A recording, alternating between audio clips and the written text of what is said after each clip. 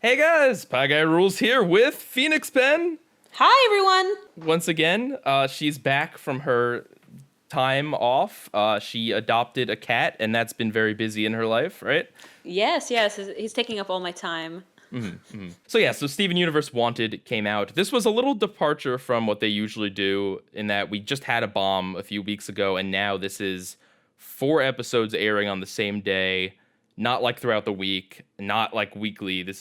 I don't know that they've ever done this. I know they've done like 2 episodes in a day or 3 episodes maybe, but I don't know about 4. Yeah. So we're here to discuss them. As usual, there's going to be major spoilers. I can't imagine why you'd be watching this if you don't watch the show, but like stuff happens, yo. Yeah. This is just the official spoiler warning for the show in general. And if we get things wrong or we craft a theory that isn't quite right, it's okay. You can let us know what you think and what you saw and any kind of little tidbits. Yeah. That's a general warning of I always make mistakes in these discussions, and it's totally cool that you guys point them out. Like as well you should. I like knowing like the correct thing, but just know that when we're theory crafting or whatever, we might make mistakes, and don't be a jerk about it. All right. Yeah, be cool. Don't be a past Lars. All right. Be the good Lars. Aw, that's sweet. Anyway, so briefly, if you would mind summing up your feelings on the last bomb, because I didn't have you on for that. Yeah, so the last Steven bomb, which included the Dugout episode, The Good Lars, and Lion 4, I did not really enjoy those episodes. When Aquamarine and Topaz gets into the episodes, that's awesome. But those 3 episodes, Dugout, Good Lars, and Lion 4, were pretty underwhelming. Like maybe I was really hoping for a little bit more, and I don't really know exactly what was going to happen. And obviously, now it's looking back, it's like, oh, it wasn't so bad. But at the time I was like, oh, this is going to be the next, Steven Universe episodes. And, I hope they include Lapis and Peridot. Nope. I hope they include more gems. Nope. And then, at the end, something really cool and interesting happens. So I'm like, bro, this is awesome. I wish we started with these episodes first, because the human episodes are a little bit hard because they feel like, you're kind of just like walking on a treadmill, kind of slow, like, oh, this is fun. I like the human stuff. I hope this goes into an arc or not. Maybe it's just gonna just keep walking here. So, Did you rewatch those episodes? I didn't rewatch them, actually. I think I rewatched Lion 4, but I didn't rewatch Dugout or The Good Lars. I just kind of was like, oh, well, human episodes, it's fine. I wasn't upset, but I think I was a little bit underwhelmed. So I was like, oh, I was really hoping for something, crazy to happen next. And, well, my wishes were answered definitely with Wanted. So I'm not too upset about the last Steven Baum not being like all about gems and all about the gem culture and all about Rose. So that kind of happens. I think it definitely does better on rewatch. That if you get a Yeah. chance at some point, knowing that it does lead up to something, the Good Lars is like it directly leads up to the rest of that bomb, and as well as this special here, it helps that. It also Line 4 feels less frustrating when you know that story stuff is actually coming. Yeah, I think that's basically it. I think if you're watching it live, you have this feeling of like, oh, this is going to be the like only episodes for the next 2 months. They better be good, or something better happen so I can like think about them. But, after, when you actually have the next episodes and you can go back and rewatch them and you know what happens, you have a bigger appreciation and you don't feel as much like, oh, I'm waiting for something good to happen. Oh, well. Anyways, I was hyped for Wanted. Yeah, I mean, me too. I did really like the last bomb, and especially the last few episodes, and just the way the teaser trailers, getting to see Stuck Together early, was all just like very, very hype building and very exciting. I think the one expectation that I definitely had, and I think most people had, was that Lars and Steven were going to fuse, because they're on this new crazy planet. They're in this horrible situation. How is a human Lars going to be able to survive this with no training? No, we're not talking Connie here. We're not talking even Greg, who at least has a little experience with this stuff. We're talking just a normal person who, I don't know, had one adventure on an island and body swapped, and that's his experiences. Yeah. So I think that seemed like the natural story progression, and we'll talk about that. Did you think that was going to happen too? I definitely thought so. I mean, maybe it's because I accidentally like saw someone's fan art, and I quickly, like I must have scrolled away, and I quickly thought, oh, they are going to fuse, or like that looked like way too nice looking for it to just be some fan art. Like no, like talk myself out of it, because there's so much fan art that looks like just like the show's art Yeah. style, or just like somebody's sketch looks like very close to like how Rebecca Sugar sketches, and I'm like, oh, this must be real. So I was kind of bracing for it, not really because it's bad. It's just thought it was very strange. I was like, oh well, I guess why not? Lars can't really survive on Homeworld, so that would make sense. But I don't think he's ready for it. He's a little bit of like stressed about everything, is like really bad anxiety. So I don't think he'd really be a very good fusion with Steven. So I was like, I don't know. Maybe they'll do it. Maybe they won't. After Stuck Together, it definitely, like, I think it definitely seemed that way. Also because, I mean, stars. The name would be Yeah, Stars. That just seemed a little too perfect. Like, that would be cool. So that's expectations. So are you ready to talk about Stuck Together? Yes.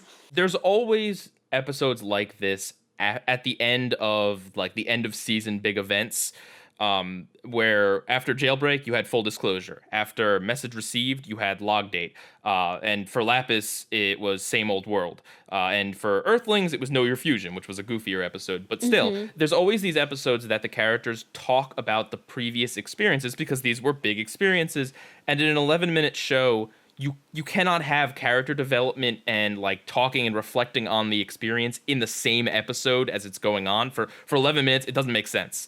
So they always kind of have to do these post-mortem type things, and usually I think they're pretty good and pretty interesting, and a great way to further develop the characters and show that, like, hey, the stuff that happened to them isn't just like a one-off event that no one cares about now. It's like, no, this affected these characters in a big way.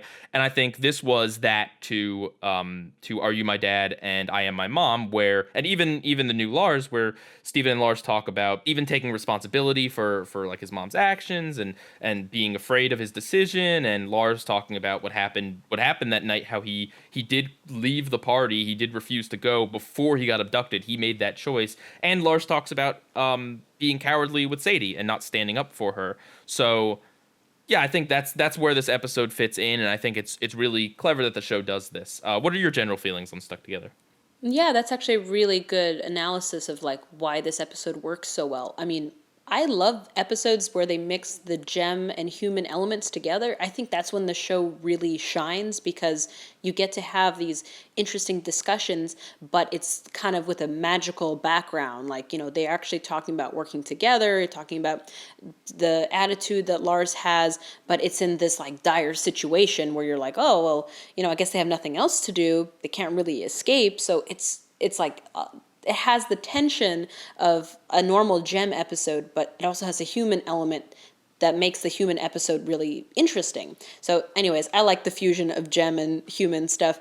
I just, the tough part for me is that I'm not a huge Lars fan. He's okay. I definitely know his personality, the typical, I don't want to try because I'll fail teenage attitude, and I definitely see how his like issues and all these things like can be related to basically anyone, but it's tough to really enjoy it because he's kind of unwilling to do stuff, and he doesn't like the situation. He doesn't even want to try, and it's tough because you feel so bad for Steven, and Lars is just he's like the teenager, you're like it makes you frustrated, but at the same time it's like, well, I guess they're stuck together. Ha ha.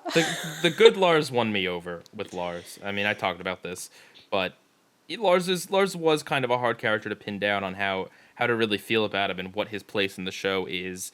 Is he just an unrelenting jerk? Is he like a foil for Steven, that he's always like he's the Squidward of the show? Is he just there to be made fun of, or is he a character that's gonna have development and get more depth? And I mean, I think we all know the answer by now. Yeah. It's a slow progression. It's, it takes some time, because at the beginning of the episode, I was like, oh man, another Lars episode. Why couldn't he take Sadie?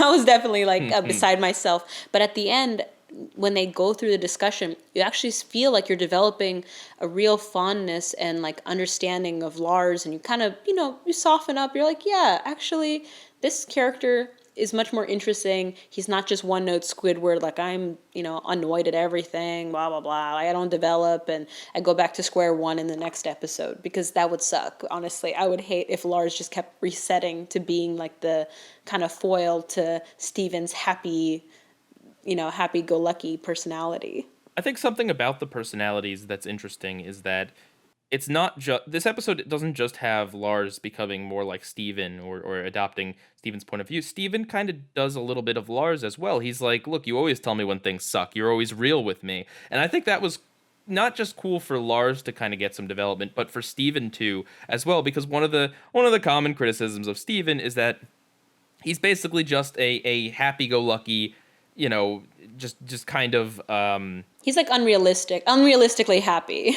I don't know. I'm sure there's a trope term for it where it's like the character that just he gets a lot of powers and he's always happy and he's always positive and he's like almost unrealistically positive a lot of the time. I mean, not it works. It works. I'm not saying his character is bad, but that's a common complaint about it. And so to see him kind of be real of like, look, we're in a bad situation, Lars. I know that. You don't have to tell me that we're in a good one. You just have to be more proactive and try to help out here. Yeah. I think that really goes a long way. Yeah, and I think the dialogue in this episode was really well done. The back and forth, and they did have like some kind of funny character moments. It was actually very touching and really good. Again, I did not expect how the Topaz would react at all. The dialogue was very careful. They were very smart about how to have this play out, because this could have very easily fallen into NARM territory, or I don't know if anyone's familiar with that term, but the really sappy, really cheesy, really unrealistic, and like, oh gosh, Lars, you're the best friend I could ever have. Like, no, the show doesn't do that. The show is careful and it's clever, and it genuinely won me over, and like to the point where I was like tearing up like Topaz. I'm like, gosh darn it, Steven Universe, stop it. I was trying to Lars myself out of this emotional situation. Yeah, no, I agree. It was really well handled, and I like that they incorporated like Topaz crying, but at the same time I felt like it happened a little bit too fast, because I wasn't expecting, just from hearing a human conversation, that a gem would say, well, maybe that's the thing. I don't actually know how stoic or how militant gems are. Some of them seem pretty easy to switch over, and some of them are not. I mean, Peridot took a long time. Well, here's a few things. I'm not saying you're wrong, but here, let me explain why you're wrong. Well, first of all, there's a line, Aquamarine has a line about how fusions always get sentimental sooner or later, which is like kind of a clue in. But I also think that the episode was crafted as well to show us that Steven isn't going to be able to turn everyone, because he is able to get to, I mean, unintentionally to get to Topaz, but Aquamarine ain't buying that. Yeah, thank God. She's awesome in her little, like, angry little, like, fairy state. So cute. But yeah, and we see that, because of her Aquamarine's threats as well, Topaz ultimately doesn't get the redemption arc at the moment. So I think the episode was very smart about showing us. They gave us that emotional moment. They gave us that, like, oh, here goes Steven. Well, that wacky Steven, who can't he charm accidentally with his human emotions, the most powerful thing to gem kind. I do, yeah. After the fact, when I rewatched the episode and Aquamarine says, yeah, fusions get more sentimental, it does kind of explain it. But I think when I was watching it the first time, I was like, seriously? I was expecting, kind of like a Jasper situation. Like Jasper would just not be won over no matter what they say. I don't believe humans. They're all liars. Or how Peridot just kept spouting the same kind of homeworld mantras. I was expecting like this, big stoic Topaz to, not be won over. Even the little Ruby, like Eyeball is not won over by Steven, like floating around. Ruby is fierce. Hey, don't you be dissing Eyeball. I guess that's what the big twist was for me, because I just thought, gems are really hard to win over. It takes a long time. And then I was like, oh, didn't expect that to happen with Topaz. Basically, we see why Homeworld isn't more like Steven and Earth, because we see that any attempt to be more sentimental is shut down. It's frowned upon. It's shown as it. So I think it's like a cool microcosm of maybe what's going on in Homeworld. And I mean, as we see, there are gems that are sentimental and are kinder and mistreated. But I think what also works about the Topaz reveal is that it's There is no build up to it whatsoever. They don't like play dramatic music and show Topaz's face with like a little like, how do I feel about this? No, you don't even know that Topaz is paying attention. Because as Lars says, that she's a big banana with headphones on. You know what I mean? So it sells it instead of they don't try to push it as like a slow build up that's like, oh great, this is gonna happen. It's like, wait, this just happened? What? Yeah, no, yeah. I think that's what caught me off guard. It happened too fast. Maybe I just like being this very telegraphed, like, oh, that person eventually will, come around. But this was like within one episode, more or less, of them interacting, and I was like, oh, maybe I was misinterpreting how stoic gems are really, or like how much Homeworld has like a bearing on the gems like philosophy. Like they could probably be like more sentimental, and of course somebody has to cry in the episode, so There was no singing, but there was crying. Something I noticed when I was rewatching it, and I'm this is probably something that's like all over the internet or something, but I thought I was like, oh yeah, I picked up on this. The position of Lars and Steven. Like Lars is obvious, like, all right, he's the butt because he's a butt, and it's just funny to see that. But Steven is placed where Topaz's heart would be. I mean, if Topaz was a human, he's placed right there, and it's like a clever, like, oh, I see what you did there. Like Steven's a heart and Lars is a butt. Yes, Lars is a butt. You heard it here, folks. Secret theory. This is the hard-hitting Steven Universe discussion you've all been waiting for. You won't hear this on the other Steven Universe channels. The secret is Lars a butt. Did Lars's butt shatter Pink Diamond? Okay, one note that doesn't really have much to do with the story, but the destabilizers that are just around, and this is not a new thing. They were around in the ship on Jailbreak. Why are there just destabilizers lying around? Like, why would there be? Yeah, do they go to other planets and try to destabilize other beings? But no, because it doesn't work on humans, so we have no reason to think it would work on any other being. So are they at war with other gems? That I don't know. Yeah. That's my. I mean, it could just be one of those things that it's like, okay, whatever. Maybe it used to be a warship and it just it has them for decoration, but it seems a little dangerous to just kind of have that stuff lying around. I mean, as we see, Topaz just almost does in Aquamarine. Yeah. Or poofs her. Yeah, I do like that theory of like maybe there are like factions in a civil war, like they have to go and deal with rogue gems. I mean, it seems pretty possible. So yeah. So any further thoughts on this episode, or how do you feel about it as a whole? Lars is a butt. I love that. Is the episode a butt? No, the episode is really, really good. This is going to set off the motion of like a bunch of other episodes that I really enjoy, but this was a good, quiet episode that had so many elements that worked so well with Steven Universe. I just wish there was a song. Maybe that's too much to ask for, but in general, it was great. And Aquamarine she's hilarious. We didn't talk about her that much, but her facial expressions and her style is just so funny, and it's great. I mean, I love all these characters interacting with each other. And in general, an episode where I want to listen to Lars talk is kind of amazing. So, I mean, this set up like a lot of new feelings for me.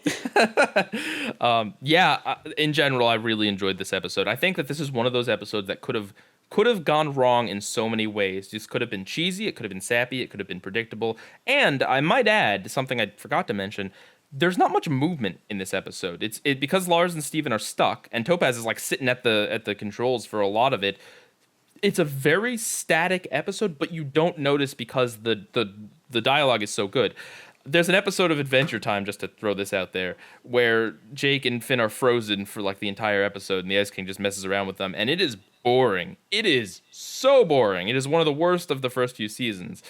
But this, you don't even realize it, right? Like, there's not much motion going on until the end of the episode. And even then, there's just one violent outburst, and that's it. That's what really good dialogue can do for an episode. Yeah, I agree. It's really good. And I mean, we didn't get a fight scene, but I still was very excited in an episode that was, mostly static, mostly like shot, reverse shot. They did a good job. One last note, and this is something that'll continue through the rest of the episodes, but have you ever noticed that, like, I swear the funniest episodes of this show are the most serious and story heavy ones.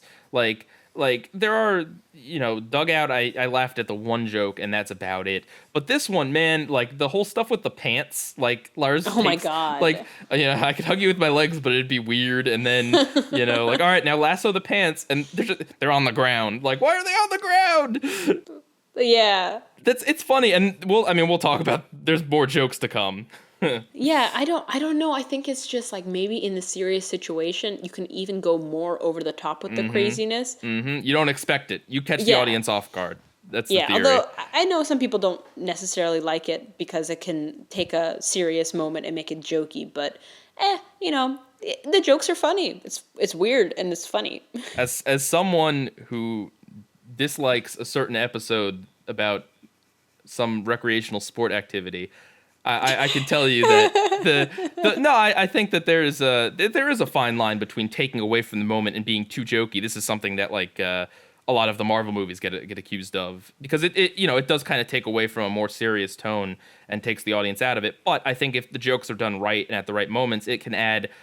It can be really funny, and it can make when the show gets entirely serious, when we see serious Steven, it makes it more dramatic. Yeah, they know how to play it. They don't just do it so much that you expect it. That's why it's funny, because it's unexpected in a serious moment. If they did it all the time, you'd probably get fatigued. Like, okay, they're gonna make a joke. Oh, they're gonna make a joke again, even though they're in danger. Objection! Time to talk about the trial. Oh yeah! Oh my god. Oh man. So it's very hard to say which of these episodes is my favorite, but this one is very striking. I mean, there's obviously a big striking thing that happens in the last two episodes, but just the whole of this episode is like, just the amount of like what is very high, I think. No, I think this was probably my favorite episode of the whole event. I mean, when I rewatched it, it's so beautiful. Not just the fact that they introduce all these characters and what they're talking about, just like stylistically, it's just like cool to look at, and you can rewatch it and see all these little things, and everybody's color coded like in a video game. Like, oh, it's great. I love it. One of the neat visual things that it's like, it starts off in a cell, in a just a complete bright cell, and then it ends with them just out in the wide open of Homeworld. Like, you talk about starting in an enclosed space and then ending in just the biggest. You know what I mean? Like, I think that was very intentional. Yeah. Right off the bat, you see Steven in this cell, and it's like, just what is going on? What's going to happen? Where is Lars? What are they doing? And then the lawyer comes in, and you're like, all right, well, now we get a better idea. But then just the twists of like, oh, well, maybe how did she shatter Pink Diamond? And like, well, no one was there. Like, does it make sense? And even Steven's like, wait, no, it doesn't make sense.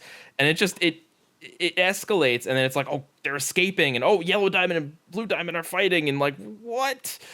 Yeah, no, this whole episode, from like the very beginning, when you first when you actually get to the trial and all the poses and the colors, and like this like drama with like the pearls introducing Yellow and Blue Diamond, and their dramatic poses, and like all this like color coding, and oh my god, it's just, and the music was really good too. Well, I don't want to say anything specifically, because I don't think they made any necessarily specific references, but I feel like they may have been a little inspired by some of the music from Phoenix Wright, and just the general presentation struck me a little similar. And seeing as the show is not one to shy away from video game references at all, I wouldn't be surprised with the inspiration there, and especially Blue Zircon. Her way of arguing and just the way she reacts was very much Phoenix Wright. He's known for bluffing his way through many cases, and just the way what she comes up with, and I don't know. It very much reminded me of Phoenix Wright, and that's a very good thing. Yeah, I'm happy that they got inspired, and I really enjoyed this episode. And I mean, there's so much stuff happening, and you're trying to pay attention to all the different arguments and all the little tiny details everywhere. Even like funny lines like "Don't tumble my rocks." It's just like, oh, it's so funny. Like, I had to stop because I couldn't pay attention to the rest of whatever was happening. I was like, this whole episode is like comedy and drama and like this like, melodramatic, and also, you get to see Steven try to like fix the wrongs. Yeah, it's crazy because you go into this episode thinking like, oh man, how's Steven gonna worm his way out of this one? And he's like, it's weird because Steven goes into the case being like, I'm guilty, and then coming out of the case being like, wait, did Rose do this? You don't. I didn't expect this was how this was going to go. I knew the title of the trial from a long time. Like that title's been out there, and you kind of had an idea of like, all right, he's going to go, and they're going to be completely biased against him, and they're going to just nail him. But that's not really how this goes. I didn't think he was going to escape either. I really did think that the trial was going to go on, and then like maybe they're going to hold him because they didn't get the right information from him, and then maybe, I don't know, the gems will show up and then they'll be on trial too. Like I thought maybe it's going to be like that he won't get out of it, or like nothing, like I don't know what was going to be kind of concluded, because I'm not like really looking into every possible theory. You know, this is a good example of being like surprised.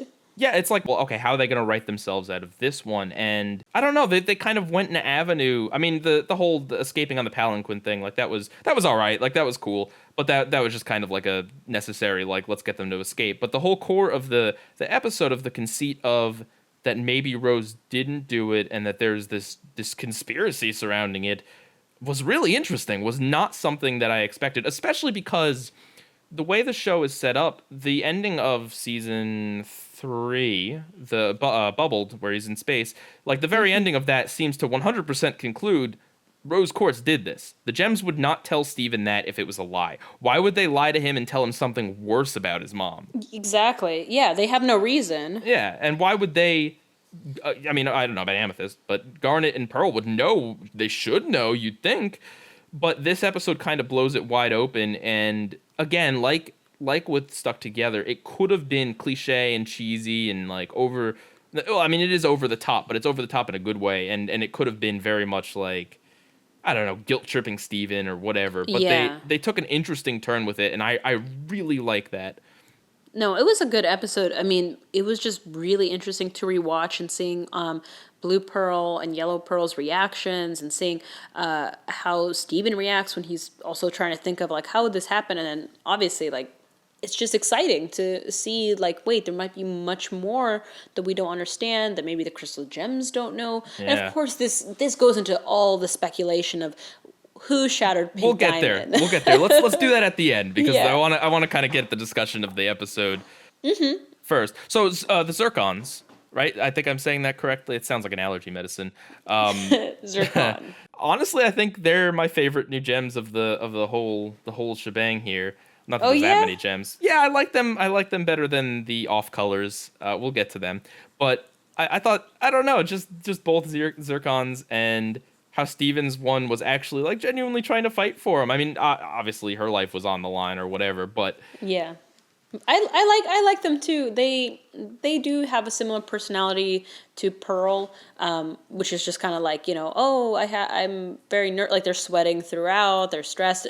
well, no. Only Yeah. Stevens is. The other one is Edgeworth, and knows that, you know, she's gonna get the case right. Yeah, they're really good characters. I like their design. I like the little like blouse and the gems like on top. That's pretty cool. Like the tie clip type thing. Mm-hmm. One of the best moments in general is when Blue Diamond like snaps and everyone starts crying because of her aura. But like the funny little thing in there is that the prosecutor Zircon doesn't cry.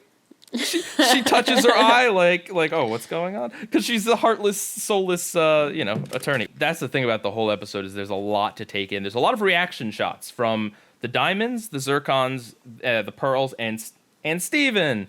And Steven!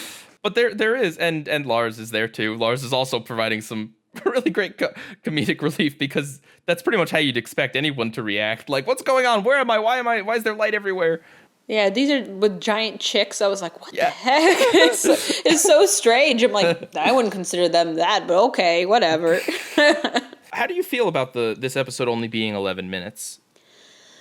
Well, I think it's like really, really well constructed. Like they got every line of dialogue. They got a lot of like interesting characterization and animation and funny jokes.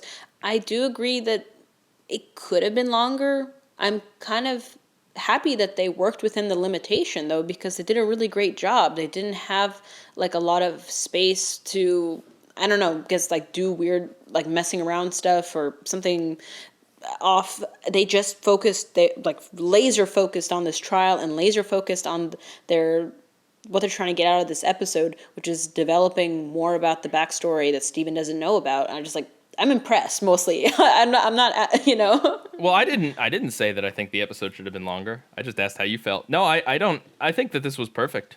I mean, yeah, like if you did 22 minutes, you could have put a song in there and maybe elaborated more. But I think like this is the kind of episode that really works well for 11 minutes because it gives us plenty of information, but it doesn't give us anything necessarily too conclusive, and it just kind of like hits you, and then Steven and Lars are out. Like, Yeah. it happens so fast that it's so good. This could have dragged on. We could have had like, 15 minutes of like the court proceedings or whatever. Yeah, more evidence. Let me show you this evidence. Let me show you that. I mean, it would still be really, really good for the fans and like people to get more information.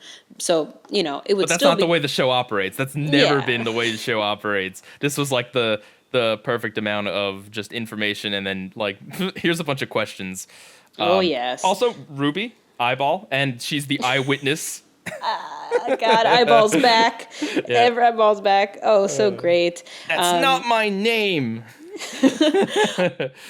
Are you ready for some theory crafting here or speculation? Oh, yeah. Yep, Okay. I'm going to get my tools, going to get my smelting, all in this theory crafting. I mean, there's just so much. So I guess just get started. I'll chime in. Well, the thing is, the episode is presented, and I think this is part of what makes this mystery interesting, is because everyone kind of looks a little guilty here. Not the Zircons, but everyone else looks a little guilty. This is also, I think, maybe, I don't know, it's probably unrelated. It's probably a coincidence, but it's funny because in Phoenix Wright, it's always someone that's also in the courtroom, either another witness or the prosecutor or something. And so for this Zircon to accuse Yellow Diamond is like exactly in line with what would happen on Phoenix Wright. Anyway, but I think the interesting thing is that everyone has like this weird ulterior thing. Like Yellow Diamond, okay. Does she want this trial to be over with because she knows that it's just there's no point in dragging this on, that she just wants her revenge to shatter Rose and be done with it? Or does she want this trial to be over with because there's something she's keeping from everyone else and she does not want that to get out? Blue Diamond, is she genuinely, I mean, she's very genuinely upset about the whole Pink Diamond thing and everything, but does she have an ulterior motive as well? Does she want to know how to shatter a diamond, perhaps for other reasons? I don't know. The pearls both look guilty, and Pearl is, well, we don't know. We know Pink Diamond's Pearl, but we don't know which Pearl that is. The pearls in the episode look not guilty, but they look at each other and they're like, well, Pearl? What? We don't know about any Pearl doing anything. So I think that's kind of why what's interesting is that everyone could be guilty of something or could have no more than they're letting on, but we don't know. We're not told that. Yeah, and I think that's really good that it's not all ruled out. Of course, it's difficult because knowing the past information, it's like Rose shattered Pink Diamond. We heard that many times, so now it's like, oh, well, how could that be possible with all this other interesting things that could be, it's hard to like now go back on something that you think is like, oh, it's all been done and taken care of. Who cares how it happened? But like now it's like, well, it is really important how it happened because maybe it didn't happen in the way that it's just so cut and dry. Maybe all these other people were involved in different ways. So that's why it's so interesting to talk about it. So here are my theories. These are just the three ideas that I came up with. One, Rose did it, end of story, and this whole thing is a red herring. I don't necessarily think that's really true, but possible. Two, Rose collaborated with either Yellow Diamond or White Diamond, and one of those two diamonds killed Pink Diamond, but Rose took the fall because it would look bad for the diamonds or whatever. Three, Rose poofed Pink Diamond, but claimed she shattered her because if she said that she poofed her and was like keeping her somewhere, that would not end the war. That would escalate the war just immensely. You would not let a diamond just be chilling in the back of the temple. That's a thing that you get on and you continue fighting the war. So those are the three theories that I had. Do you have any ideas? So yeah, I those theories I also think are like pretty good front runners of like how do you keep Rose still involved? But there's also like, what if Rose was just like blamed for it at the end? For instance, here's just some other very strange theories. Pink Diamond could have offed herself. She could have decided that Earth is worth protecting and she needs to kind of fake her own death in some way and asked Rose to do it or asked Yellow Diamond to do it or in some way force somebody's hand. Like, she sacrificed herself for the Earth. Wait, do you think she shattered herself, or do you think she said she shattered herself? Because man, Steven Universe is getting into some complicated stuff. But I don't know if they do like a suicide joke. That's Well, no, it wouldn't be a joke, but it would be like a general committing suicide because they can't face, I don't know, being met with contradiction about their ideals or whatever. I don't know. Interesting. I don't know. I'm not sure if that. Yeah, I'm not. I just said off in some way. So either getting bubbled in some way or somehow getting shattered but reformed in some other way. Just. She did it to herself as a way of sacrificing her, form in order for the Earth to survive. Another weird one might be Pink Diamond is a fusion because everything is kind of about fusions or everything's about something about, being with another, person in this fusion. It might be weird, but that was kind of in a weird way of saying maybe Pink Diamond was a failed sentimental diamond. Like, not failed, but in a way, like, Pink's whole, like, power was this sentimentality, and White Diamond decided that this was too volatile to have as a diamond. Like, all the, Pink Diamond's, all her guard and all her entourage maybe were just way too sentimental for the rest of the diamonds to deal with. So this was... But White why Diamond's would she be plan. fighting against the war? Yeah, it's just kind of an idea of being like, well, maybe because Rose is so sentimental that it could be seen as like Pink Diamond was also accidentally way too sentimental, and they had to sabotage her and just blame it on Rose. Something like that. And then pretty much literally every single possible strange theory could be put into this bucket as well, which is like Rose is Pink Diamond, Lion is still Pink Diamond, Lars is Pink Diamond, Pink Diamond is... Is there anyone in here who isn't Pink Diamond? Meow. Yeah, pretty much every possible thing is still on the plate because it's interesting to talk about. I'm not sure how much evidence there really is. It's just an interesting...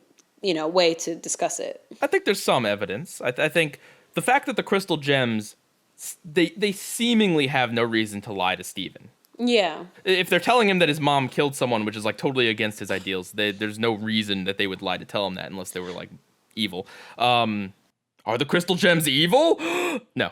Yeah, there's definitely some evidence of, like, for instance, I don't think they are lying to Steven, but there's also that thing of like maybe they don't know, maybe there was something else that happened that was like very controversial that they're kind of hiding, or bismuth. And there's a lot of stuff that we didn't know, including Lion, right? Like Pearl didn't know about Lion. So there's still a lot of stuff. So all the theories are really exciting and interesting. I don't really have a theory that I'm hoping will be true. I actually want to be surprised. Yellow Diamond in the episode definitely seems to know something. I don't know entirely what she knows, but she seems guilty of something. Yeah, for sure. I'm not sure exactly what she knows, but it is kind of obvious that she knows something that Blue Diamond does not know. Yeah. And if they have a falling out, that would be awesome just to see these two people who were very close. And you can see this kind of emotional manipulation that Blue has already been through so much. And that would be crazy. I mean, and also, where's White Diamond? Well, yeah, there's that whole deal. But the other piece of evidence I have, and this is meta, and this is the type of stuff that I like to think about, is from a storytelling perspective. If Rose did not shatter Pink Diamond, then Steven's whole arc through season 4, and even beyond that, even earlier and later, since he and we have known that there's something sketchy about his mom, would be completely invalidated. To say, Steven, no, you don't have to be different from your mom because your mom was a perfect person. She didn't kill anyone. She didn't have to do anything bad. She fought for what was right, and she did it without using lethal force. That would completely make this story, it would cheapen it in a big way. So I think the only way you could not do that is to have Rose still do something horrible, even if it wasn't necessarily shattering, even if it was taking the fall for it because of some other sketchy collusionist means. You know what I'm saying? Yeah, I definitely understand that if his mom, if Rose Quartz really was perfectly, she did everything right, and in the end, she somehow was always on the right side, and he has nothing to be sorry for. He is truly like already the best person ever. He doesn't have to find his new way. He could just literally follow what his mom wanted, which was the whole point of Lion 4, was that he wasn't going to do that. Considering what we saw in this whole series of episodes, the writers can throw in anything. There could be an entirely new twist. That's the good part about the show, is like, I'm still happy that I get surprised and not everything is telegraphed from a million feet away. I'm happy that some things I really can't expect, and maybe that's why I'm like, hey, it could be anybody. Whoop, whoop, more trial episodes, please. All right, wait, here's a twist. Here, you ready for this one? Here's okay. A hot one. All right.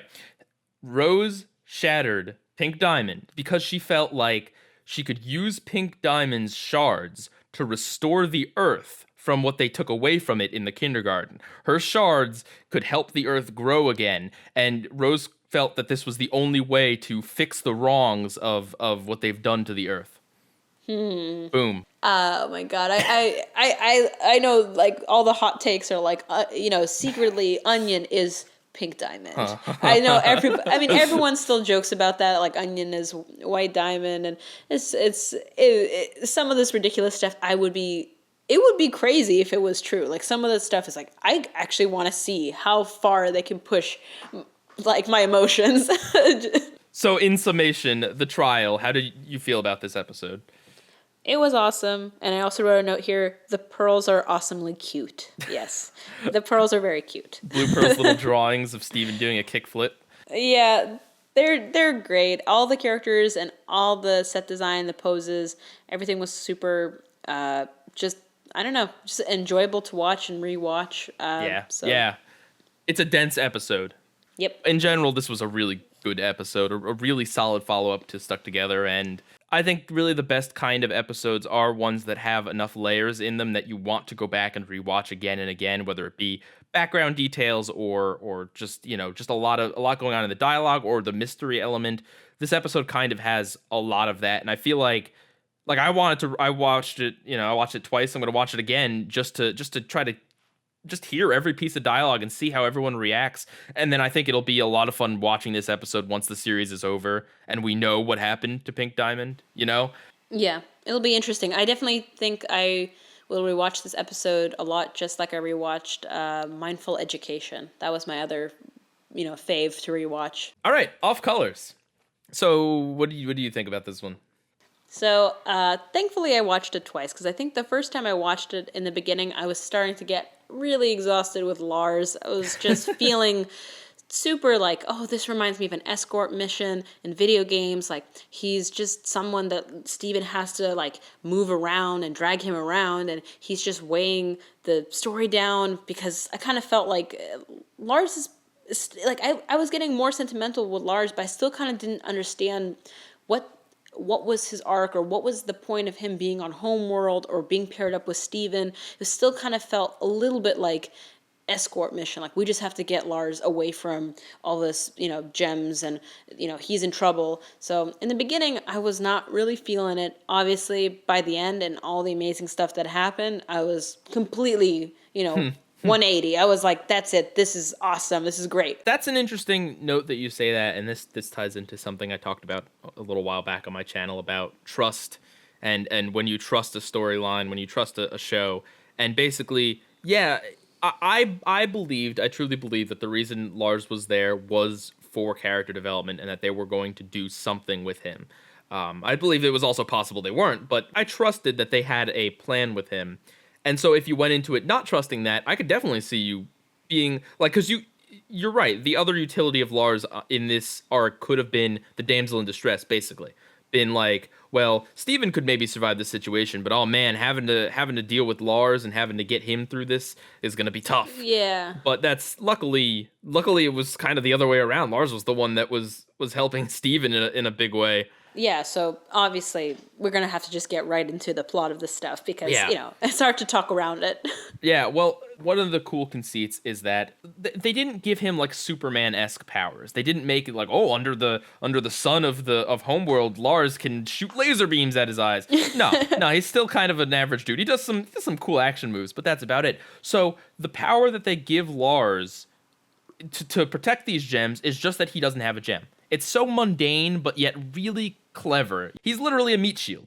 Like that's it. Yeah, it's really great how they use Lars, and it's realistic in a, well, not perfectly realistic, but he doesn't like become straight up Rambo and like learns how to use all the gem technology and like does a backflip. Like, he does something that is very heroic for Lars, and he even says like, this is probably the coolest thing I've ever done. Like, that's great. Like, at least he's like aware of like how different it is for him. It's not like, oh, this normal Lars just, saving damsels in distress left and right.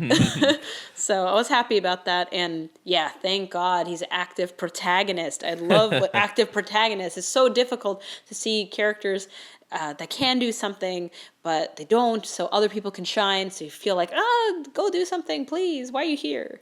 Yeah, it didn't feel like a situation where Steven was fighting something and then Lars was just kind of like the quirky backup squad that maybe takes out one of the little pawns. You know what I mean? When in stories when one character doesn't have powers and the other one does, the one without powers, you have to be careful not to make them feel useless, but you also have to make them not be overpowered, even though they're just a normal human in the show. But I think because of the way it was set up, and the action scene has a really nice flow to it, where it starts off where he's just shielding them, and then he starts going on the attack to the point where he gets confident enough to ride the stinking thing. Which, I mean, I guess if the point of this was to make Lars more confident in himself, maybe they made him a little too confident. Yeah. But I thought it was going to be like a ha-ha gag, kind of like a, bucking bronco kind of thing in a bar. But, that did not turn out how I thought it was going to turn out. Reality ensues. Oh, crap, gravity. Yep. But we also, so this whole episode is not exactly all about Lars, because we also get introduced to a whole bunch of... OffColors. Yeah, OffColors. That seems to be their official name. Yeah, I mean... You had some really funny names for them before you wrote the actual names. Well, you see, you got the twins. Okay, you got Discount Sapphire, Paprika. You also have Discount Garnet, and then you also have the polyamorous caterpillar. I love that polyamorous caterpillar. Oh, that is amazing. It's amazing. I mean... that made me like the character more. I like Fluoride more, thinking of her like, this is a polyamorous caterpillar. Like, this is awesome. Because I mean, most of the gems are like kind of humanoid, or maybe have like extra limbs, like extra eyes or legs. I'm like, this is a caterpillar. That is just like straight up caterpillar. It's like awesome. Yeah. So let's talk about the OffColors. So I guess we start with the twins. They seemed all right. I didn't really get too strong of a personality out of them, but I guess they were the not the normal ones. They were the straight man out of the group, I suppose, because they both kind of just, you know what I mean? Like all the others kind of had one or two character traits that kind of, or at least gimmicks that kind of stuck out. Whereas, I mean, they're twins, but they don't like finish each other's sentences or anything stupid like that. Yeah, I think they're called the Rutile. Yeah, yes, and Rutile. I think when I saw like a little preview, I thought, oh, this must be a forced fusion, but it's not, and I'm happy about that, because it's like, oh, it's a natural occurring gem that just happens to have this property, and yeah, I guess the personality just seems very like, oh, I'm just a normal personality. I just happen to have a twin, and we share the same body, but it didn't. Yeah, the quirk was, I think they repeat themselves a little bit, or like one of them says something. Might be it. Yeah. And the other one says an alternate version of it. So it's like it's a small quirk, but in general, I thought, they're kind of like the most like centralized character, not particularly like scared or brave or strong. They were the one that needed to introduce us to the OffColors. Basically, they needed a much more tame character to introduce us to the zaniness. So then you have, I'm not going to be able to say this. Paprika. Rhoodonite. No, I could say Rhoodonite. Come on, but Pad Parisha, Pad Parasha. Perry the Platypus. Paprika, no, Pad Parasha. Princess Daisy. All right. Yeah.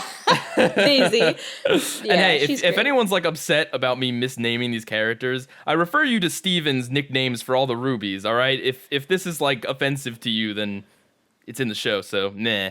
Oh, but she's so cute. Honestly, like she was adorable, and I was like, this is too adorable. Like, why would you want to destroy this? I mean, I understand like she doesn't have like all of them don't really fit into the society on Homeworld, Mm. but she's just so like happy and sweet, and it's like I don't know. I felt so like, oh, this person could fit into the society in some way. Like, but what would be the purpose of knowing what things just happened? Well, hanging out with Onion, you see, to explain everything.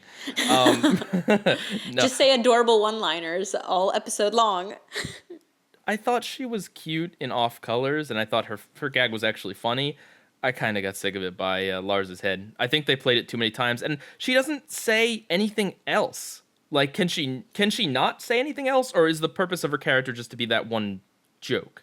Yeah, yeah. I kind of wish she did have a little bit more personality outside of the quirk, other because it does seem like she puts herself in danger and she just says what just happened. So it's kind of cute that she's an airhead, but also I kind of wish that maybe she had a little bit more some just say funny things that Yeah. didn't just happen. Like I don't know, something else. Okay, so then Rhoodonite, which is, I mean, it's discount Garnet, but apparently this is what I've heard, is that it's a pearl and a ruby fused, and the way I heard this was just someone said this offhandedly, so I don't know if this is entirely true, but someone from the Make-A-Wish Foundation, like a child got to see these episodes early, or they suggested it or something, and Rebecca Sugar confirmed that it's a pearl and a ruby. I don't know that for certain, but that's what I've heard. Yeah, I definitely thought ruby, and I thought I'm not sure if it's pearl because I'm not sure how rare or common pearls are. It's still not exactly clear Yeah, how. that's true. Yeah, I mean, there's a lot of amethysts, okay, but it's not. I'm not sure about the pearls. I think I liked her the best. She kind of came out having more of a personality than any of the rest of them.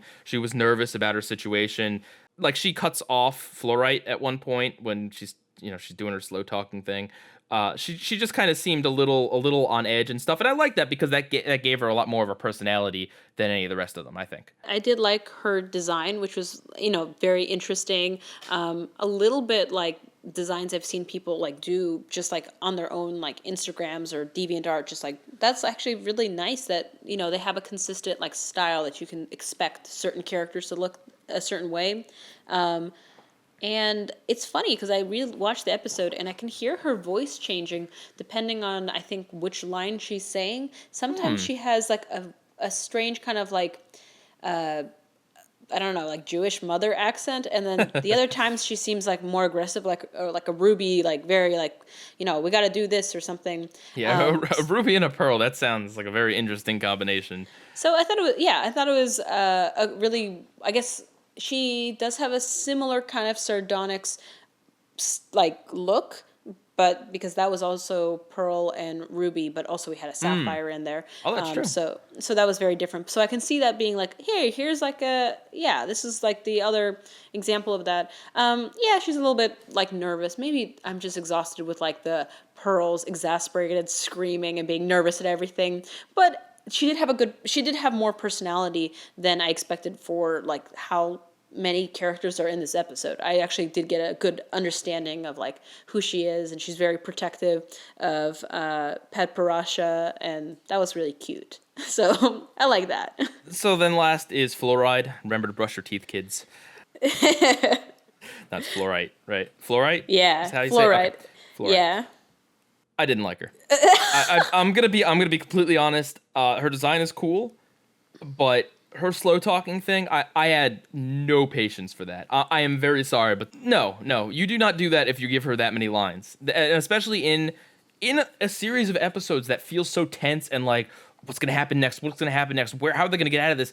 To have this character that talks like this and has many lines, it does not work for me. I'm sorry. I know. It's a tough sell. Actually, it kind of sold me. I think it's just because she's so different and so weird, and they want to put more variety. They have like, people that talk fast. They have like the more like feminine. They have more like aggressive voices. They have like all these different types of like ways of like characterizing all the different types of gems, and then here's like a 6 fusion gem, and she's a caterpillar, and she talks so differently than like she doesn't talk like malachite, she doesn't talk like alexandrite, she talks in this very slow, like I guess it reminded me more of like a storybook character, like out of like Very studio, hungry caterpillar. yeah, like out of like or like something out of Studio Ghibli. That's or what I was thinking. Yeah. yeah, like very not that it's bad, but yeah, it's a little bit hard to listen because she talks really slow, and even though there's an explanation of like, oh well, she's a lot of different gems inside one giant fusion, it could be difficult to talk very quickly when you have so many thoughts in your head. But she's so sweet. She's like the grandma gem, sort of. I mean, that's basically it. Like I enjoy like this kind of like, oh, it's a grandma caterpillar. It's cute. I don't know. Maybe I gave her a pass. So the OffColors as a whole. Now, I'm not crazy about what they did here because we've seen this. This is the Famethyst. The Amethyst, the other Amethyst, they're all runts like our Amethyst, and our family of crystal gems, the crystal gems, they're all also rejects. And I get what they're trying to do. They're tying it all together, and like just because they're the rejects of society doesn't mean they're bad. In fact, they're awesome. They're amazing. We should embrace them. And I'm not looking down on them. It's one of those things where when you use this character archetype thing so many times, it's like, I get it, Steven Universe. I get what you're trying to say here. It would have been much more interesting to meet, like, I don't know, any other gems on Homeworld. Honestly, I think. That were, well, yeah. I think it's like a very appealing type of situation where it's like they're all misfits, but they're all really good, and they want to help our heroes because they've also been wronged by the society. But we did see this another time. It's a common thing because you can sympathize with them already because they're already, oppressed, and they can't, like, they'd enjoy, going to Earth and teaming up with the crystal gyps. You can see like how easy it would be to make a rebellion because literally any gems who are not perfect would and that's the other thing. Like I kind of didn't expect to see a fusion, like a chosen fusion on Homeworld. Not that it's bad. I think.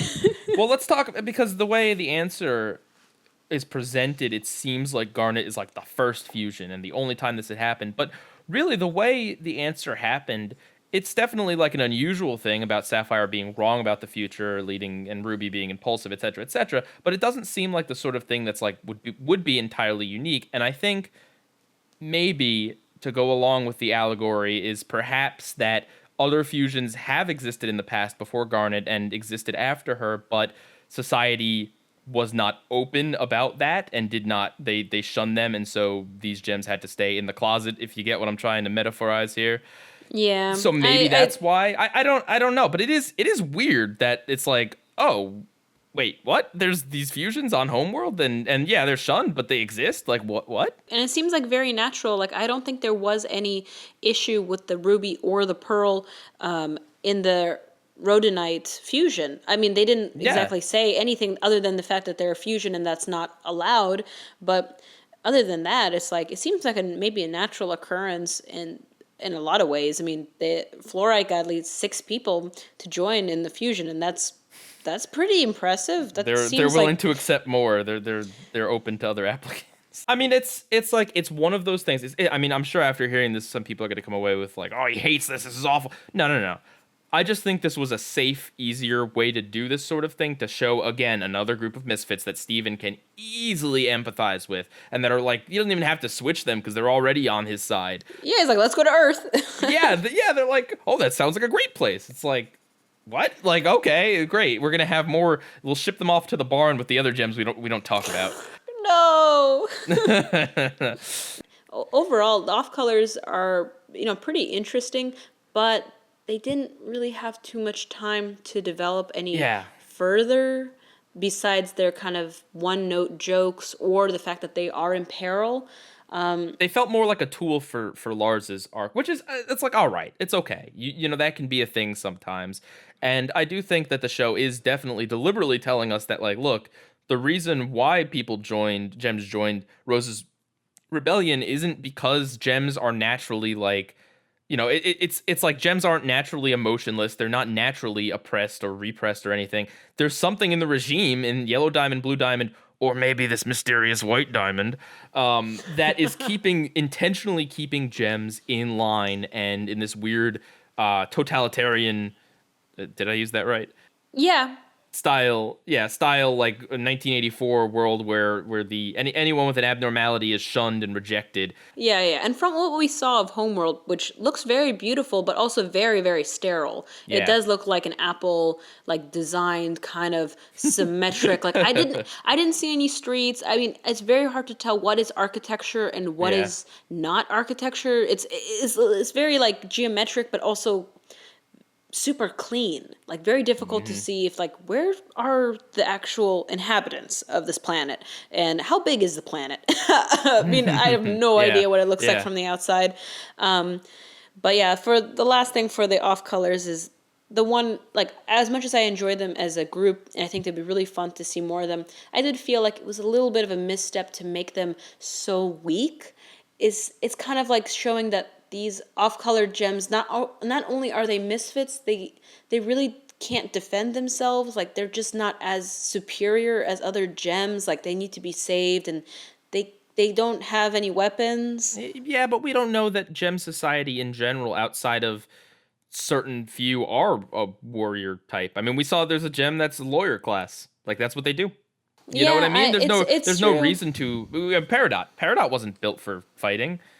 It's true. It's like, they can be very defenseless. It hurts a little bit when it's like, oh, these cool characters, but it's like, oh, if you're kind of off or weird, you're also kind of weak. Like, you kind of want maybe one of them to be able to, like, fight off one of the Robonoids, but not really. They all kind of hide and don't know what to do when they're in peril. So I don't know what would happen if Steven wasn't there, or Lars. So basically, in general, I mean, before we talk about the very last thing in the episode, which, don't worry, we'll touch on. Yeah, I think the OffColors were a safe way to do this, and I think that's not awful, that's not bad, it's not terrible. And I think the episode in general is good. It's solid, especially with what's going on with Lars. I just think that they took it a little easy, and they could maybe just had one less of them and developed each one of them just a little more. I'm not expecting a ton in the 2 episodes time they have, but as it stands, they felt more like kind of one-off characters. I'm sure we probably will see them again, but they feel like archetypes. They have definitely their, like, role, but it wasn't as developed, and it wasn't as clear about, like, who's the leader, who's the second in command, who's the jokester. It kind of what do they do? What have they been doing? They've just been sitting down here. They like what do they do? Yeah. They're stuck in this kindergarten. But they are still interesting characters with potential. Yeah. I have no idea when we're going to see them again. Yeah. So it's tough to really hope for anything more than that either. But and maybe they will develop them more. We will see them again. I have no doubts about it, but it might be one of those things where they're back for the finale. Oh, God, it's going to be a Malachite issue. Well, we can talk about that when we talk about expectations. So the last thing in this episode, Lars gets a little boo-boo, I think. Yeah. He got a boo-boo on his soul. I don't know. Steven's crying, but, like, let's be honest. Steven would cry if, like, Lars, I don't know, had a runny nose or something. So I think Steven might have been overreacting a little. No.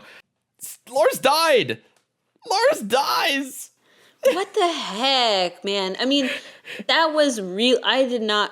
I thought, okay, he's gonna fall and he's gonna heal him. Maybe he gets, like, a really bad cut on his, like, on his torso or something. Like, what the heck? He died?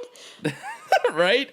I mean, he is only, like, 90 pounds. Like, I don't know. Like, I guess if he fell, he'd probably, like, break all his bones. I'm not sure. Yeah. See, I was when I was rewatching this, I was actually trying to remember. I'm like, do we see him come back to life in this episode, or is that a cliffhanger? Because if that's a cliffhanger, that's a dark cliffhanger. They don't. It's still a cliffhanger as to what happened, but Steven brings them back, and it's just like, man, was that well handled? Like, oh man, I mean, there was rumors because apparently one of this images was leaked. I don't know to what extent, but so rumor around was going that Lars died, and I mentioned this in the last discussion, I think, and I'm like, there's no way Lars is dying, and to be fair, he doesn't stay dead, is, the idea, but I didn't even expect this much. And I'm still in shock. Like, honestly, my expectations for any character dying, I would not have guessed Lars out of he's all a the teenager. characters. And he's like, these shows have any show really, even like primetime shows, you typically don't kill off kids or even teenagers. Teenagers a little less so, but it's still kind of a sacred thing. But yeah, like, just to not only have him die, but to have him come back with like these weird powers and for it to be tied to Lion, that is such a good twist that, I don't know, I good writing, I think. The difficult part for me is, like, I didn't expect Lars's development to go here, like, into the supernatural, because, I thought, oh, well, he'll be like the human guy who's going to help Steven, and he's going to, because, like, the humans of Beach City help Steven connect with, like, humanity, and remind him that he's not just, a gem warrior, war criminal. So I'm like, oh, but now Lars became supernatural in a way. So he's also very much closer to Steven now than he is. Well, he's still a human, but I don't know. I felt a little bit weird. Is he? I don't know. It is interesting. I mean, this more so than anything else, this makes me want to see a series where like Lars and Sadie travel the world and fight gem mutants. It's great that Lars became like more of an active protagonist, and he's like getting over his fear. But then it's like the second that he does that, he dies. Like, okay. It's economical, you see, when you have only 11 minutes to work with. No, I think, like, yes, truth be told, if we could erase the Rocknaldos from the series and fill it in with like 3 more episodes where like 2 of them are Lars being brave or something, then yes, this would be a better story for that. But considering what they go with in terms of the 11-minute episodes, I still think they did a really good job in the span of between the new Lars and OffColors of completely redeeming Lars, making him awesome, and justifying his turn. Because every episode since then, except for Are You My Dad? But I Am My Mom, even the moment with him and Sadie, that was important. So this is a true arc that is carried through almost every episode for the past like 5 or 6 episodes. Yeah. The thing that I wasn't expecting is for him to become supernatural in any way. So, you wanted to talk about Lars's head and his powers now.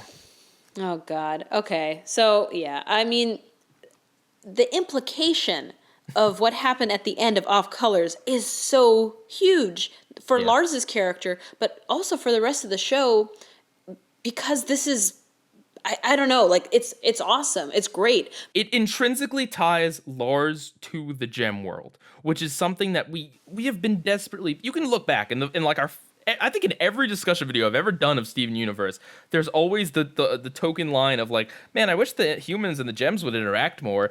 And it finally happened. They literally intersected in Are You My Dad? And I Am My Mom. And now we're getting something where this is a character that he's not a gem, but he's not really a human anymore either. So he's this hybrid. And so hopefully this means for the show that we're going to get more stuff like this. I'm not saying that every character is going to turn into, pink version, but oh God, yeah, that would be crazy. something Pink Gold Peach reference. Yeah, there's so many implications. Obviously, they mentioned it in the episode about him not being hungry and like his heartbeat slower. And Lion is 600 years old. I was just like, oh, wait a minute. So is Lars going to be a teenager forever? Oh, and he's going to be pink. And oh, like this is going to happen. And can he warp? If he screams really loud, will he be able to warp? Obviously this episode, he also what would happen if he cut off his hair? I don't know. This is just like going off the deep end because we're just getting to know the extent of Steven's power and how Steven will age and how he's able to fuse. And I'm like, oh, and then there's this guy. Now there's Lars. Lars is not just Lars. He's, I don't know, the new Lars. Risen. Lars 2.0.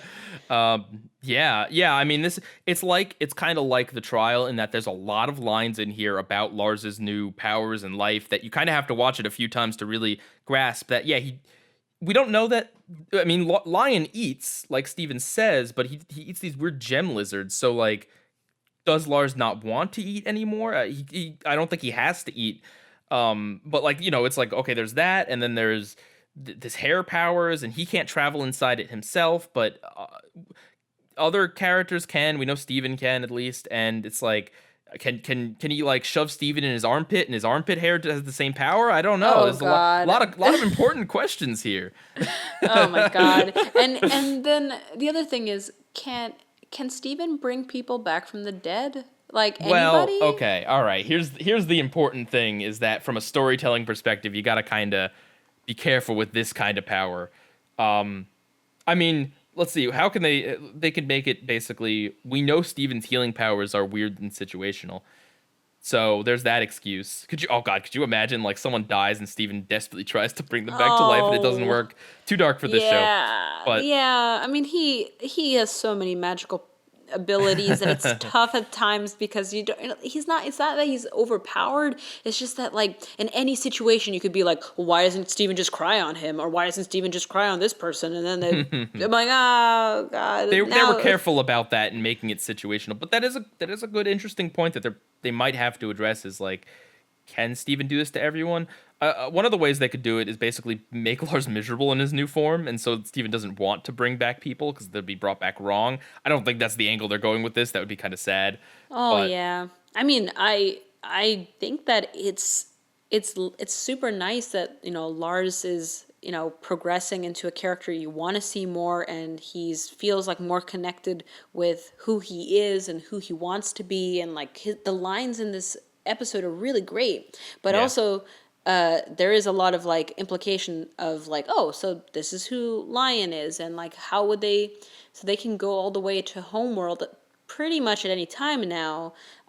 So would they? How would they do this? yeah, that's. I mean, we can talk about that when we talk about expectations and predictions for the next coming parts, because this episode does very much leave a lot up in the air. Yeah, man, it's so hard to even think of this as an episode, because it's just like a lot of it is just like talking about Lars's weird powers and what this means, and Steven realizing what happened. The way they did it too, the slow reveal of he goes inside the hair, like you see the portal and you're like, well, I don't know, I'm sure some people probably figured it out immediately as soon as he was pink, but like the obvious clue is when he can go in the hair, and then you see the other tree, and then it's like you slowly start to realize not only that he's like Lion, but that it's a portal.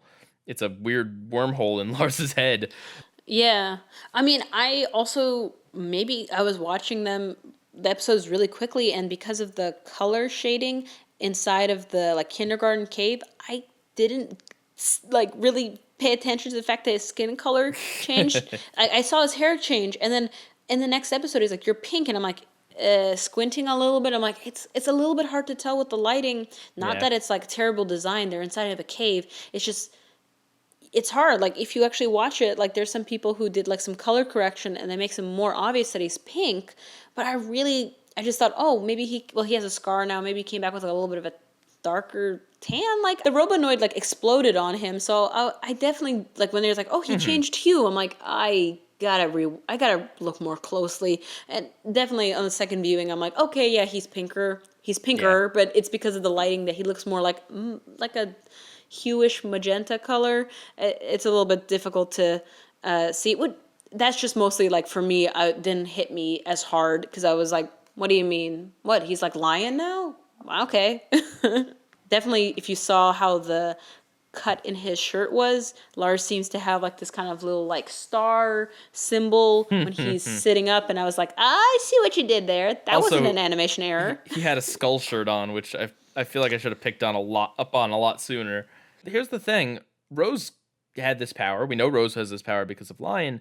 There has to be some weird situational thing to it, or else Rose would have healed like everyone. You know what I'm saying? There's got to be something weird with it. I mean, maybe it is just one of those things that's only going to work one time for Steven, and it only worked one time for Rose.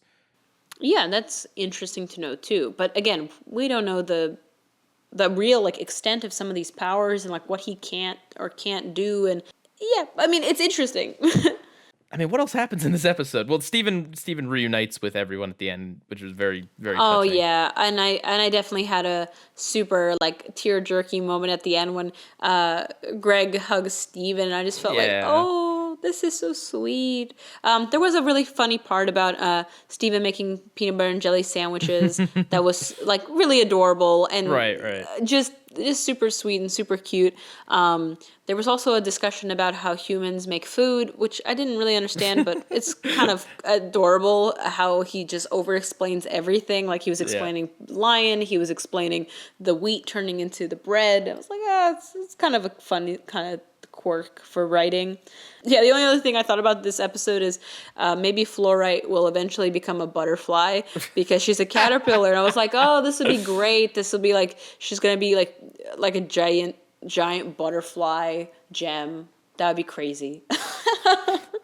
So, general feelings on that episode. Honestly, it's for me, it's kind of hard to think about it even as an episode because so much of it is just kind of explaining the way things work. And it's not bad. It's just it's hard to feel it as a story. You know what I mean? Because it's not Yeah. really a story. It's But like it's a yeah, it's kind of like an aftershock. Like there's a yeah. big off colors and there's like a big shock at the end. And this is like the more talky, even though it's pretty active and a lot of stuff happens, it feels like we're coming down with a big realization and we just need some time to just think about this.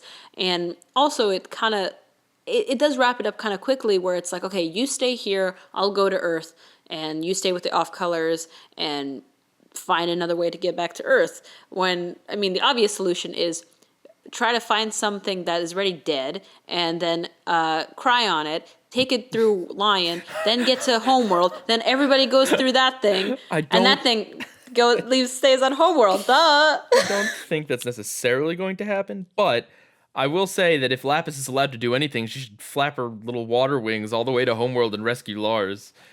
Oh, is that your dream ship, Lars and Lapis? No, it's just that Lapis flew to Homeworld somehow, inexplicably, that will never actually really be answered. Oh yeah. Oops. Oh yeah. That was a little bit like, wait a minute, how far is this? Well, they had to go into like light speed to get there. So, this episode as a whole, do you kind of agree that it's still enjoyable, but it's harder to place it as an episode and not just kind of like maybe the second part of OffColors. Yeah, I definitely feel like it's like Off Colors Part 2 because it's still in the same location, more or Yeah, less. that too. And they're still discussing, the implications of what happened and what's going to happen to the Off Colors and what's going to happen to Steven and how he's being hunted. So, yeah, the structure wasn't like very like episodic. It was very much like kind of a follow-up. Yeah. But I still enjoyed it. I do Oh, yes, think yes. it was better than if they just suddenly just like ran and did something else in the episode and met more gems and we'd be like, wait a minute, what about Lars? Oh my god, what's happening in the world? Yeah, I'm glad they actually did take the time to address things like. I mean, we'll talk about some things in predictions, but one last note I had on this episode was Lars and the food thing. Now, I think story-wise this was done because we needed a reason why Lars was able to survive on Homeworld when the gems don't eat. You know what I mean? Like zombie Yeah. Lars without Steven having to throw peanut butter sandwiches into Lion every day. Oh, that'd be hilarious still. Maybe he'll still do that. Yeah, but I think it does kind of have some interesting implications when we saw that Lars's thing the only thing that he does is cooking.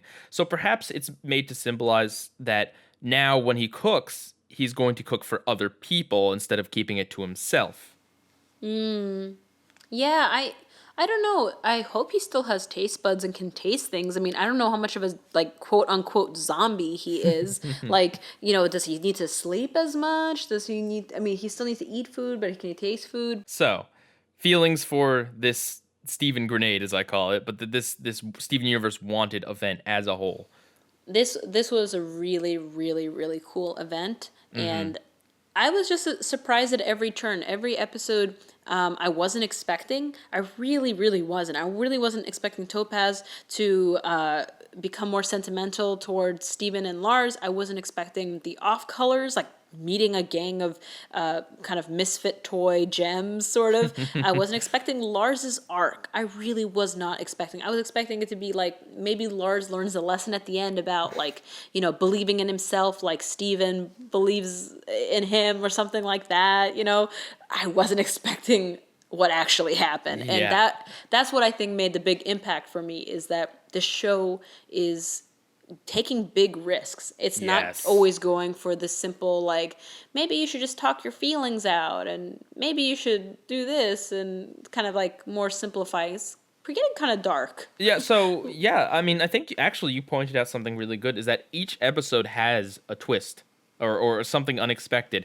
Topaz being shocked and wanting to help Steven and Lars. Then the fact that the trial wasn't about just, you know, nailing Steven to the wall and making him pay, but was in fact trying to figure out what did happen.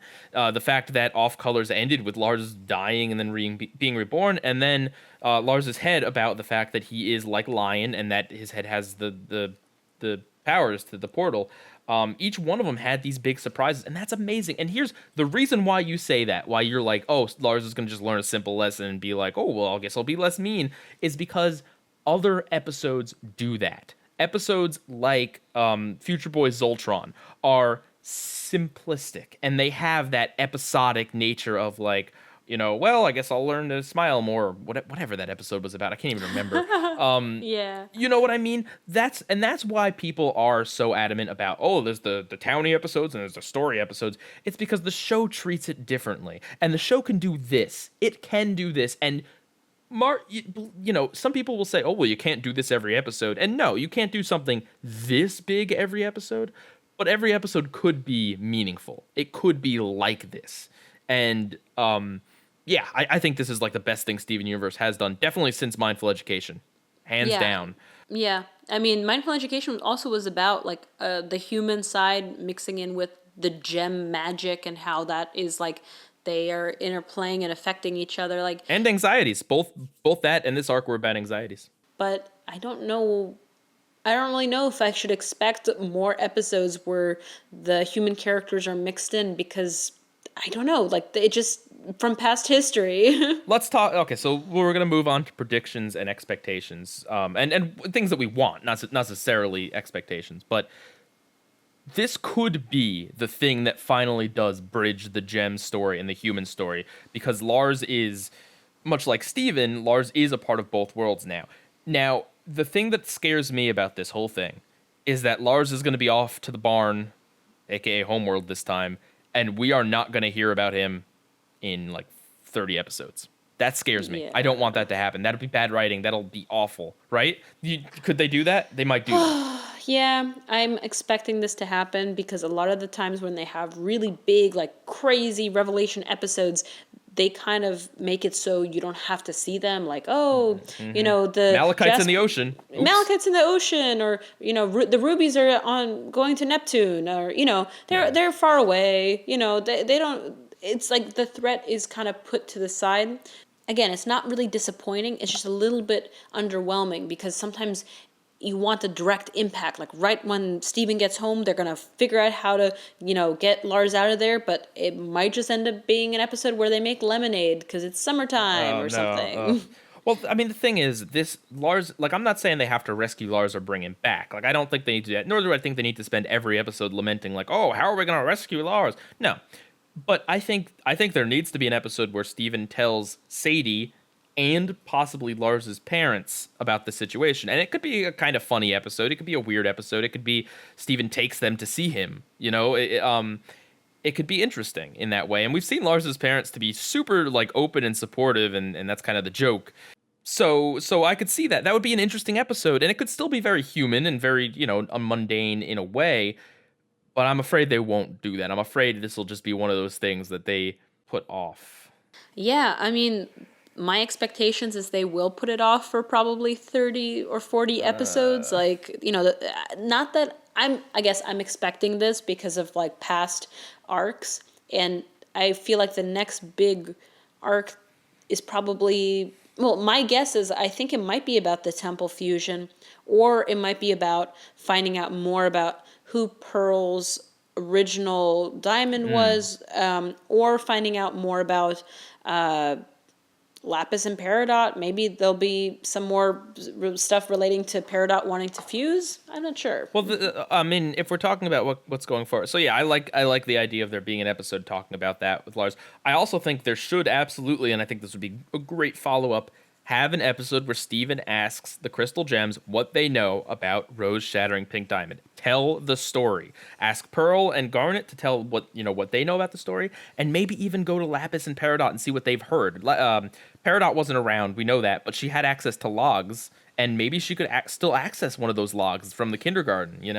Maybe Lapis was there, not necessarily there with Pink Diamond, but we know she was at the war scene, so surely, and if she was in this mirror, maybe she overheard something at some point. So it would be really cool to kind of get this multiple different perspectives on this. I think that'd be a cool episode. I think in terms of where the story is going trajectory-wise, if I had to guess, maybe it's going back to fixing corrupted gems because of this new development with Steven's healing power. Yeah, and that would be great too, because we still have the centipedal stuff that was like in the background that I I don't was even like, know her name. yeah. I mean, I was super jazzed about that character. I thought it would be great, but of course I also felt like, okay, it's fine if we shelf it, because who knows? Like the show goes in all these different directions. Maybe it will be about healing. Maybe they'll find another kindergarten. Maybe something else will happen with the cluster. Could be fusion. There's been the last fusion was smoky quartz, except for Topaz and then the fusions we were just met. But those aren't the same because we didn't even know them as unfused characters. We want to see it like, where is Peridot and Lapis's fusion? And I think, or Lapis. I think if I were to guess, they're probably going to have Lapis and Peridot fuse to be like the next ones, because what have they been doing at the barn outside of their weird art? You know what I mean? Like they've been bonding. Let them fuse. Yeah. I mean, my guess is still Peridot and Steven, but that's just because of the height thing. I don't know why, but I always feel like the height is like a shorthand for like, oh, these people are like easier to pair up or something like that. Like Sapphire and Ruby are both like the same height, and Amethyst and Steven get along together, and it's kind of like they're related in some way. But maybe not. I mean, it might not happen, and it might go in a completely different direction. And I have no idea when the show will come back either. Yeah. I mean, I don't have any connections, and I can't find online sources that like definitively say that. So it could be a really long time, and then that's the other problem. Right now, my expectations are pretty low. Like I'm like, oh, I'll go with anything, surprise me. But after 5 months or I'll extend a period of time with no episodes, I'm gonna be so like excited. And if there's gonna be an episode that's just about like sour cream and him talking to Steven about his dream or something, I'm just gonna be like, oh my god, no, I can't deal with this episode. I'm gonna be mad, and that sucks. But I hope for the best. I hope for more plot-driven stuff and maybe corrupted gems. Yeah, I mean, I think one of the frustrating things about the Lars situation is because of Steven's point of view, unless there's a story about that, we are not going to see Lars. You know what I mean? It's not like they can have a B plot in an episode. They will not do that. Not just for time reasons, but they will absolutely not. And it's like one of those things that people criticize because there was a time when there were episodes about like Steven talking about like, oh, we got to find Malachite. And even if they didn't find her in that episode, they were at least trying to do something. So if they go a stretch of episodes where they don't try to do anything with Lars, they don't try to do anything, it feels like a letdown. I think the reason why it feels like a letdown mostly is because this arc gives the show a lot of leeway in what direction they want to go on. They could expand more on Steven's healing powers. They could expand more on Rose and Pink Diamond. They could expand more on what's going on with Lars.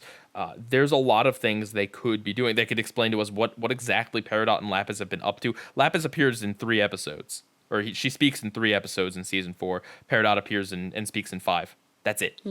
Yeah, and that's tough because they're both kind of like not favorite characters, but they are part of the Crystal Gems, and they haven't really been incorporated exactly into the team. And I'm still waiting. Like, this is an episode, like, one of my dream episodes is, like, I really want them to have a training episode where all the crystal gems and Steven, for real, try to train and, like, bounce off their fighting styles and try to become a cohesive team. Not where, like, Pearl is throwing the spear and then Garnet is punching this character, but, like, the real, like, do a tag team, like, learn how to fight together and learn how to, use their powers. We'd have to actually see them going on missions for that to happen, and that's the zoo arc was like the last time and maybe the only time in season 4 when we saw the 4 of them actually doing team things. I really like the team fighting shows. It's just exciting. I understand it's like the show is not about fighting. It really isn't. God, no. And it's exciting when you have all these magical characters with amazing powers, and they can technically poof people, which doesn't mean that they die. So you can feel like, oh, well, they're safe. They didn't really murder that person. They just like fought them. And so you still have a safety net, but I'm not really sure if they're very interested in fighting as much as like I like the spectacle of it. So well, the weird thing about this is that there was a fight scene, but it's between Lars and a robot. Like, that's the fight tiny scene. robot. Yes, and I think it works because this did need some sort of fight or action scene in there, but it is kind of like subverting expectations in that not a single crystal gem or not a single gem fights. Like there was a fight in I Am My Mom, but that's about it. So I think really it's hard to say if this is like the exception to the kind of slump that the show has been seeing, or if this is a fresh breath this is going to be the push that finally makes the human characters more interesting and blends them with the gem world, shows us what Peridot and Lapis have been up to, gives us more insight into the background of Rose. Is it going to be that, or is it going to be more, Kiki discovers that Steven likes her hair? I don't know. Just some boring one. Yeah, something boring. But I was gonna say that this whole like event for Wanted really did breathe life back into the show in terms of like how innovative and how out there and how it is a risky show. I mean, not just that they killed one character or whatnot, but the fact that the show puts a lot of these characters in this peril and risk, and doesn't just do the whole fighting thing either. A lot of it is talking, a lot of it is discussion and building on the world, and that's amazing. It really is very different than a lot of shows, and I mean, I'm excited. I think that like helps to build more trust in the show, and then when I recommend it to people, I don't feel as guilty like, oh, the show is really cool, but then there's like a lull and I'm not sure where it's going. I don't want to just tell people like, oh, don't worry, just believe and it'll be great, because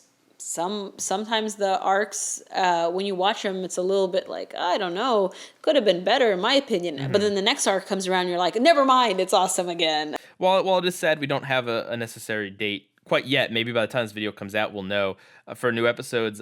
The soundtrack coming out is definitely a really big, really exciting thing. It sounds like they've given a lot of these tracks like re-recordings or remasterings or something to make them sound even better than in the show.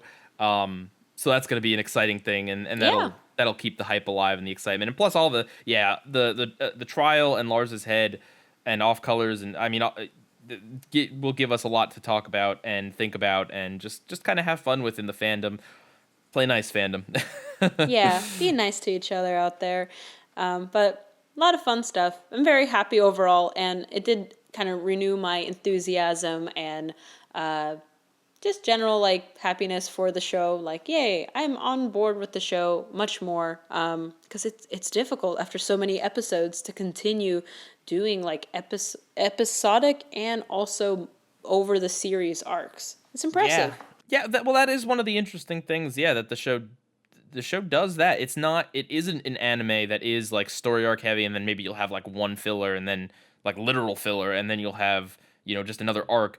It does try to balance the episodic and the arc, and it does have that unpredictable vibe to it that is fun. It's in the same way that Adventure Time did as well, where you wouldn't know what would come back and what wouldn't. And I think that kind of storytelling has its positives and its negatives. And I think Steven Universe is a very interesting experiment, and I mean, I think a lot of other people would like to see more shows in the same vein, and I'd like to see shows that are do it better than Steven Universe or do it different. And God, I can't wait until we get, in 10 or 20 years, we get people who grew up watching Steven Universe inspired to make shows. Like Rebecca was growing up watching like anime and Ed, Edd n Eddy and video games and stuff. Yeah. No, it's a really interesting show. Of course, there's criticisms and things that can improve on, but overall, it's like you said, it's a really cool experiment, and it's cool that we get to see it and observe it and see how much it changes over time and how it Yeah. affects our own opinions. And if anyone out there is like writing or inspired by it, that's awesome because it's a cool source material. Yeah, and I don't mean to say that Steven Universe is the best show of all time, because I don't think it's that. I think it is a really good show.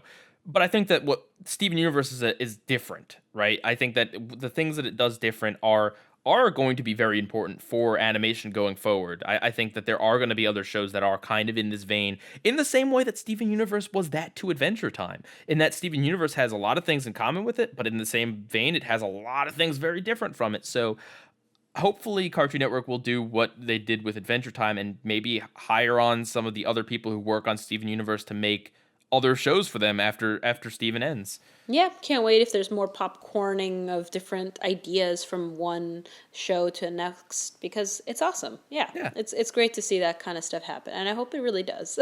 So All right, well, thank you so much for coming back and doing this with me. This has been a lot of fun. yeah, I had a great time. I love discussing shows I really like. Check out Phoenix Pen's channel. She hasn't made anything recently, but some of the old videos are really worth watching. I definitely recommend it. I'm still alive. I'm like a zombie, Lars. I was just browsing around, listening to Steven Universe music while I was editing Big SpongeBob Project, and I just happened across a Stronger Than You remix by one Phoenix Pen, and I was like, oh, this is cool. Oh, okay. Hi, Phoenix. How you doing? Hi again. Yeah. Thanks for having me on, and I hope everyone out there gets a chance to check out these episodes and listen to the discussion. Check out your channel, and that's about it. All right, thank you very much. I've got some videos coming on Steven Universe as well. Some reviews of good episodes, maybe some other bad episodes, and something kind of a bigger project that I've been working on. So yeah, with that, PIEGUYRULZ out. Bye, everyone.